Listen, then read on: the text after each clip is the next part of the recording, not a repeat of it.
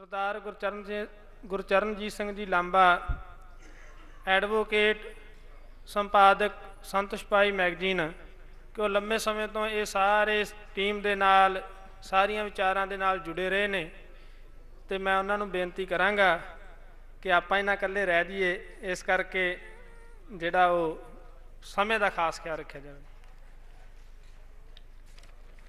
परम सत्कारयोग सिंह साहब, जथेदार नंदगढ़ जी, सिंह साहब ज्ञानी प्रताप सिंह जी, बाबा हरनाम सिंह जी, होर महापुरुष ते गुरु रूप साध संगत जी, महाराज दी बख्शी फतेह सांझी करो। वाहिगुरु जी का खालसा, वाहिगुरु जी की फतेह।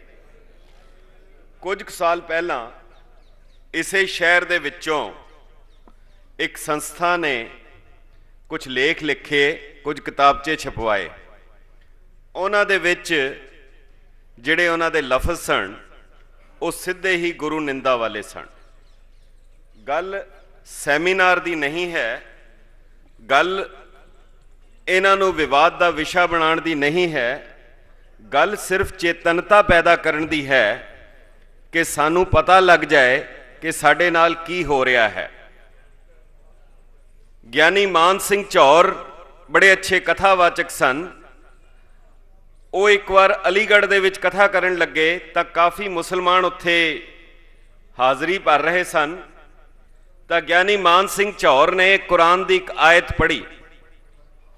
जदों आयत पढ़ी तो एक मौलवी खड़ा हो गया, कहन लगा सरदार साहब कुरान गलत मत बकें। चुपचां छा गई। ज्ञानी जी ने वही आयत दोबारा मुड़ के पढ़ी और इस बार सही पढ़ दी। तो वो फिर खड़ा हो गया, कहन लगा इसका मतलब आपको सही आयत आती थी, आपने जानबूझकर गलत आयत पढ़ी है। ज्ञानी जी कहन लगे हाँ मैनू सही आंदी सी, मैं जानबूझ के गलत पढ़ी है। कहन लगा आपने गलत क्यों पढ़ी, गलत क्यों बकी? ज्ञानी जी कहन लगे मैं चेक कर रहा सी कन्ना वाले बैठे है कि बगैर कन्ना वाले बैठे है। सो अज तक ये जितना कूड़ प्रचार करते रहे है, शायद इन्हां नूं ये भुलेखा परपक हो गया है कि हुण कौम दे विच कन्ना वाले कोई भी नहीं हैं। ये हुण दस्सण दी लोड़ है कि असीं हुण गल सुन लई है और उसका जवाब किस तरह देना है। मैं विस्तार विच ना जावां, बड़े मुढ़ले नुकते एक दो आप नाल सांझे करांगा कि सिख रहत मर्यादा की जिहड़ी बुनियाद है उस दे विच स्पष्ट अंकित है कि सिख लई की जरूरी है कि जिहड़ा गुरु नानक साहब तो लैके गुरु गोबिंद सिंह साहब तक 10 पातशाहियां दे उत्ते इतकाद रखे, गुरु ग्रंथ साहिब अते 10 पातशाहियां दी बाणी नूं अपना इष्ट और मुक्ति दाता मन्ने। केवल गुरु ग्रंथ साहिब की बाणी का जिक्र नहीं है, 10 पातशाहियां की बाणी का है। बिना 10 पातशाहियां दे बाणी दे केवल गुरु ग्रंथ साहिब की बाणी नाल ना किसी नूं सिख बनाया जा सकता है, ना किसी नूं सिख कायम रखा जा सकता है। भावें वो नितनेम की बाणी होए, भावें वो अमृत संचार की बाणी होए। बाकी ये जिहड़े गुरु निंदक हैं, इन्हां दे बारे तो दसम पिता ने खुद ही फैसला दिता है, अंत बहु बरपान जो मत आप ही मिट जाएंगे। तुसी होले होले देखो पंथक शक्ति का प्रगटावा हुंदियां जिस तरह किसी वेले मसंद लफज सी, किसी वेले महंत लफज सी, हुण महसूस होना शुरू हो गया है कि मिशनरी लफज भी उस तरह का बनता जा रहा है। ये पंथक शक्ति का ही प्रगटावा है। इन्हां दिनां नूं मनाउण दा एक मकसद है। रह गई गल ये जरूर आपने निर्णय करना है कि इन्हां दे नाल निबड़ना किद्दां है, इसका जवाब किद्दां देना है। साडे कोल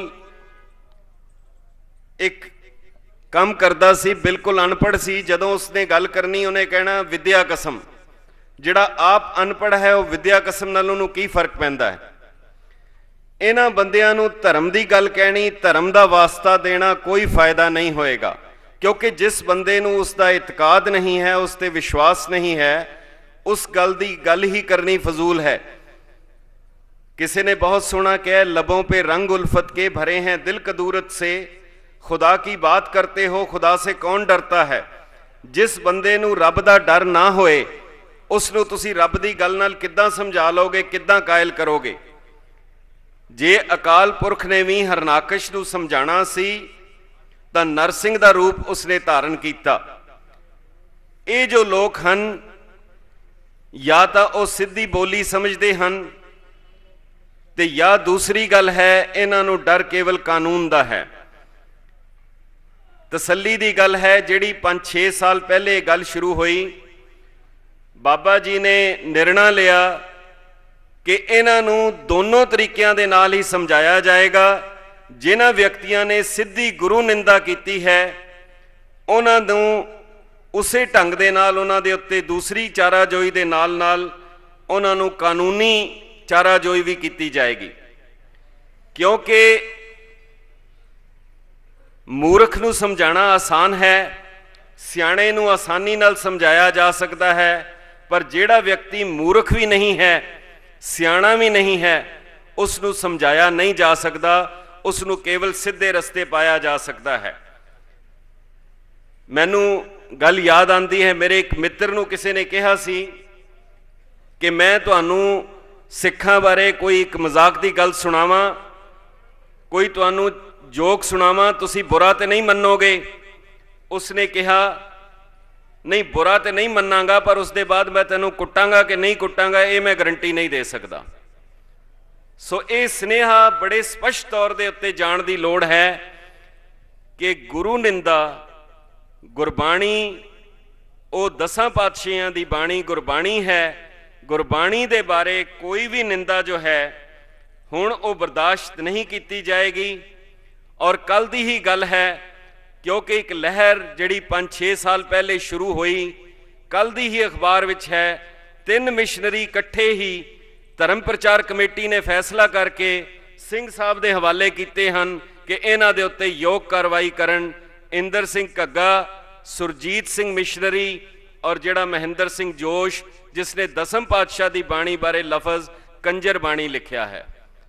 सो हुण इन्हां पंथक रवायतां दे मुताबक इन्हां दे नाल जिहड़ा फैसला सिंह साहिबान करन, जो पंथक तौर के उत्ते करन, और इस गल की भी बहुत ज़्यादा लोड़ है कि स्पष्ट तौर के उत्ते दिशा निर्देश जारी किए जान कि जिस तरह सिंह साहब भी दस रहे सन कि ये कोई विवाद का विषय नहीं है, कुरान के उत्ते विवाद नहीं है, किसी होर चीज़ के उत्ते विवाद नहीं है, गुरु ग्रंथ साहब के उत्ते भी रिसर्च बंद होए, सानू प्रचार प्रसार की लोड़ तो है।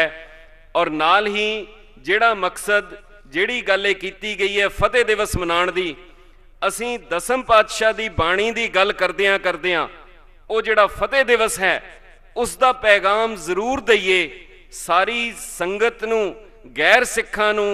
ये फतेह दिवस का पैगाम, फतेह दिवस, फतेहनामा, जफरनामा गुरु गोबिंद सिंह साहब ने किन्हां हालात दे विच लिखिया। जिस तरह किसी ने बहुत सुंदर जिक्र किया सी कि की हालात सन। सरहंद चों सुनेहा मिलिया के लाल टुर गए, दोवें शहीद हो गए ने 9 निहाल टुर गए, सूबे ने कंध अंदर दोवें नपीड़ दिते, कोमल शरीर इट्टां दे विच पीड़ दिते। सुन के गल सारी वो मुस्कुरा के उठिया, उस बादशाह ने नूरे दे कोल आके पुछया, तू रूबरू सैं उत्थे कोई गल ना लुकाई, ते साफ साफ दसी कोई कहर ना कमाई, कोई हिंज ते ना केरी, कोई आह ते ना कड्डी, लाला ने किधरे उच्ची, कोई साह ते ना कड्डी, तेसी दे नाल लगी जद सट सी करारी, मेरे फतेह ने उच्ची कोई चीख ते ना मारी। ये कहण दा भी अंदाज वखरा सी, जो उस ने वजाया वो साज वखरा सी। इन्हां हालात दे विच हजूर सच्चे पातशाह ने जफरनामा लिखिया, पर उस विच भी गिला नहीं सी। कितनी चढ़दी कला दा उन्होंने सबूत दिता, कमाले करामात कायम करीम, रजा बख्श राजक रिहाकुन रहीम। और औरंगजेब नूं लिख रहे हैं कि जिस दे उत्ते हुमां रूपी पंछी दा रब दे नां दा साया हो जाए, तेरे वर्गे कां उसका की बिगाड़ सकते हैं। हुमारा कसे साए आयत बजेर, बरो दस्तदारत न जागे जागे दलेर, तेरे वर्गे कान कोई नहीं बिगाड़ सकते। ਜਿਹੜੀ ਗੱਲ गुरु गोबिंद सिंह साहब दी है, ये बिरद बाणा, ये बाणा और बाणी उन्हां दी है, उन्होंने आप उहदी लाज रखनी है। असी उन्हां दे दर दे उत्ते ढह पईए और एक अरदास करिए। जिस वेले गुरु गोबिंद सिंह साहब दे कोल कोई संसारक पदार्थ नहीं सी, एक बिहारी कवि उन्हां दे कोल आया और जिहड़ी उसने अरदास कीती सी, वो कहन लगा, चादर मैली साबण थोड़ा, जद देखा तद रोवां, बहुते दाग लगे तन मेरे, मैं केड़ा केड़ा धोवां, दागां दी कोई कीमत नहीं, मैं क्यों कर हच्छी होवां, श्री साहब मैनू दर्शन देवो, मैं सच्चे साबण धोवां। अज असीं भी श्री सच्चे पातशाह अगे अरदास करिए कि तुसीं सानू श्री साहब दी बख्शिश कीती है, तेरी बख्शिश तेरी रहमत दे नाल असीं इस कलंक नूं भी धो दईए। इन्हां लफ्ज़ां दे नाल बहुत बहुत धन्नवाद। वाहिगुरू जी का खालसा, वाहिगुरू जी की फतेह।